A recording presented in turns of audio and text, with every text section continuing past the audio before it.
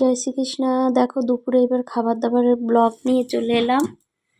আজকে শনিবার সেহেতু আজকে খাবার দাবার নিরামিষ সব। দেখো এখানে শনিবারে আমার শাশুড়ি মা বলে যে একটু পোড়া খেলে ভালো হয়।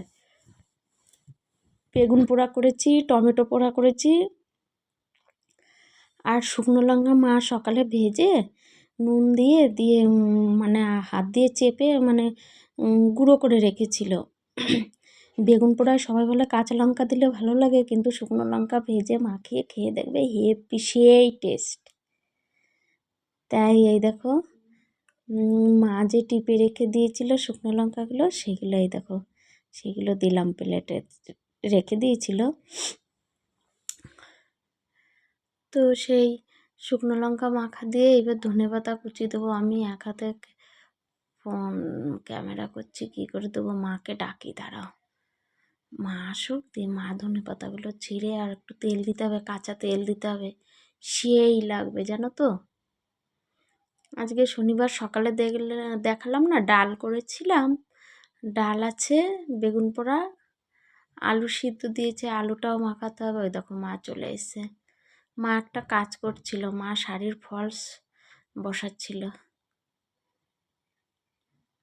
বলি না আমাদের দুজনারই হেল্প করা লাগে, আর কেউ নেই। আমারও প্রচুর কাজ, শাশুড়ি মারও প্রচুর কাজ। ওই দেখো মা তেল দিয়ে দিচ্ছে, তেলটা আমাদের ঘরের জানো তো,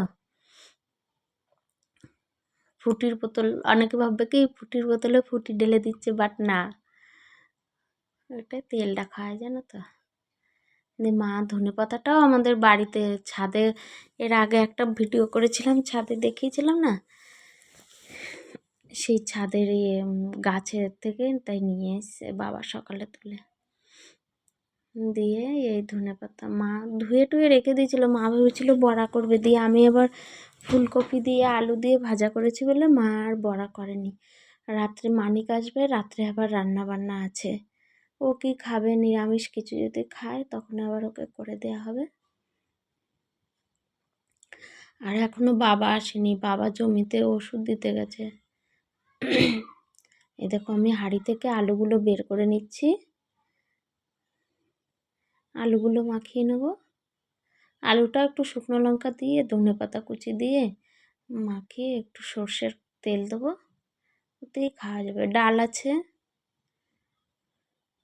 মনা আমার মেয়েকে আমি মনাই বলি, মনা ডাল দিয়ে আলু সিদ্ধ দিয়ে, ও আবার বেগুন খেতে পারে না, ওর হাত চুলকাবে, জিভ চুলকাবে।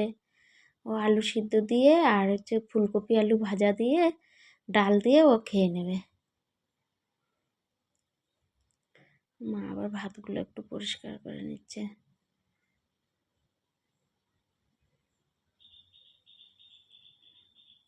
মার হাত দেখেছো, মার শীতকালে এরকম স্কিনটা ফাটা, তো ওরকম হয়ে যায়, আর কাজ করে তো সবসময়। মার এত সুন্দর সেলাই ওইসব কাজ জানতো মার, সেই এইদিকে বাইরের কাজ করতে করতে ওই কাজগুলো চাপা পড়ে গেছে। তোমাদের একদিন সব দেখাবো মার হাতের কাজগুলো। মা খুব সুন্দর সেলাই ওইসব সবই খুব সুন্দর জানে, তোমাদের সব দেখাবো, অবাক হয়ে যাবে তোমরা মার কাজ দেখে।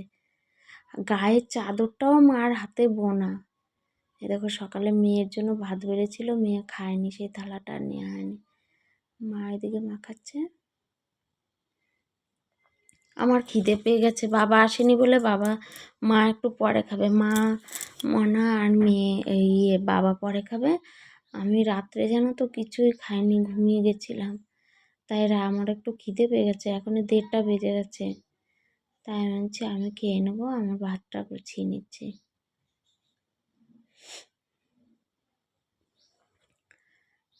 শীতকালে তো দুপুরবেলা মনে হয় কি ভাজা সিদ্ধ এরকমই ভালো লাগে, তরকারি টরকারি এত ভালো লাগে না, ওইসব দিয়েই হয়ে যায় খাওয়া।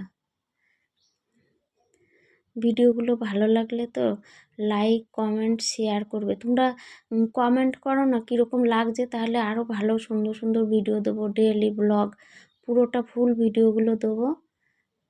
আমাদের অনেক কাজ বাজ বাড়িতে, সব কাজ তোমাদের দেখাবো, সব ভিডিও। এই দেখো এইদিকেও একটা ঘর আছে।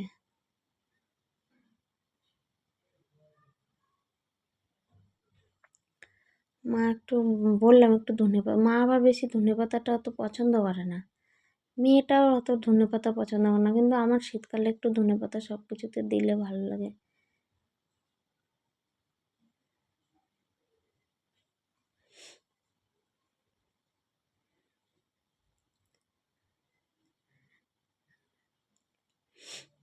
মা খাচ্ছে, অবশ্যই কিন্তু সাবস্ক্রাইব করবে, লাইক করবে, হ্যাঁ?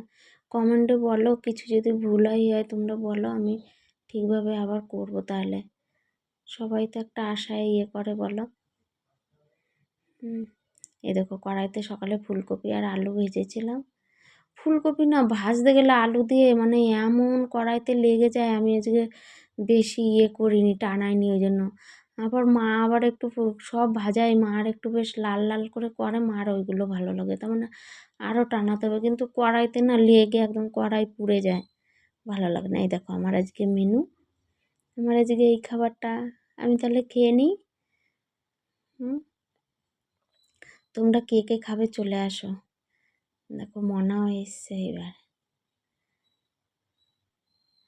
মনা আজকে স্কুলে যায়নি, কালকে এক জায়গায় যাবো, ওই জন্য মনে আজকে যায়নি। পড়তে গেছিলো, আবার বিকেলে পড়তে যাওয়া আছে।